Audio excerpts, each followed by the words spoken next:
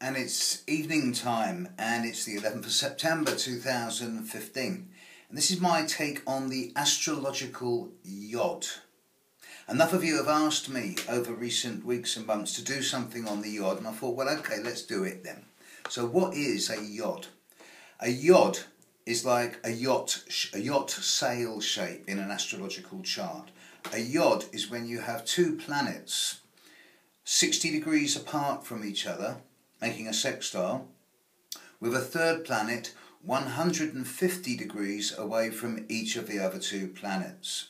It's also called a finger of fate or a double quincunx. It's comparatively rare. I see it in about 1 in 15 horoscopes.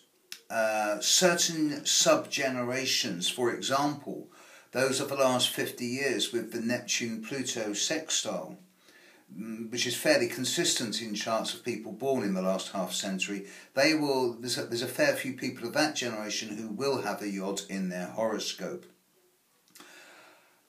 What does it actually mean?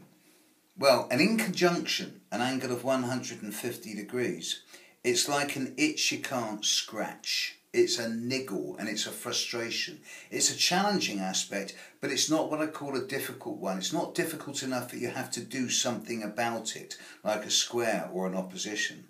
But an inconjunction is not like a sextile or a trine in that it's easy and flowing. It's like a bit of sandpaper going up against another bit of sandpaper. It creates a degree of frustration, irritation and impatience, but never enough to actually sort the damn thing out.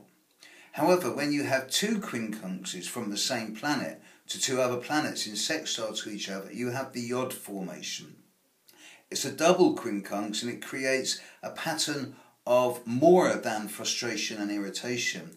It creates a situation which is ongoing, constant, nagging and niggling, and it cannot be just put to one side and ignored. It must be dealt with.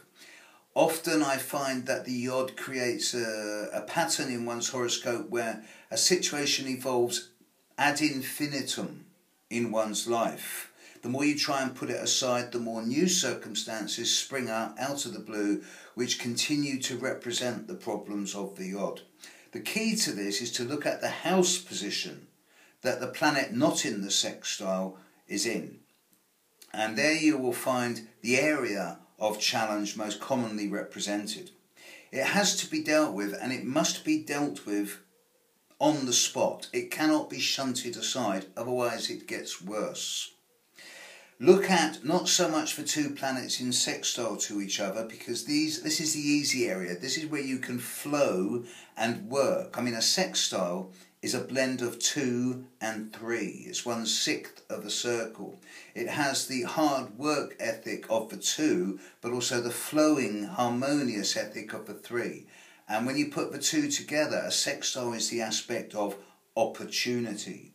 But when there is a third planet 150 degrees away from each planet, then the yod says, okay, you will sort this out, and you will do it either willingly or kicking and screaming. There you go, folks. That's my take on the astrological yod. Hope it's helpful. Good night.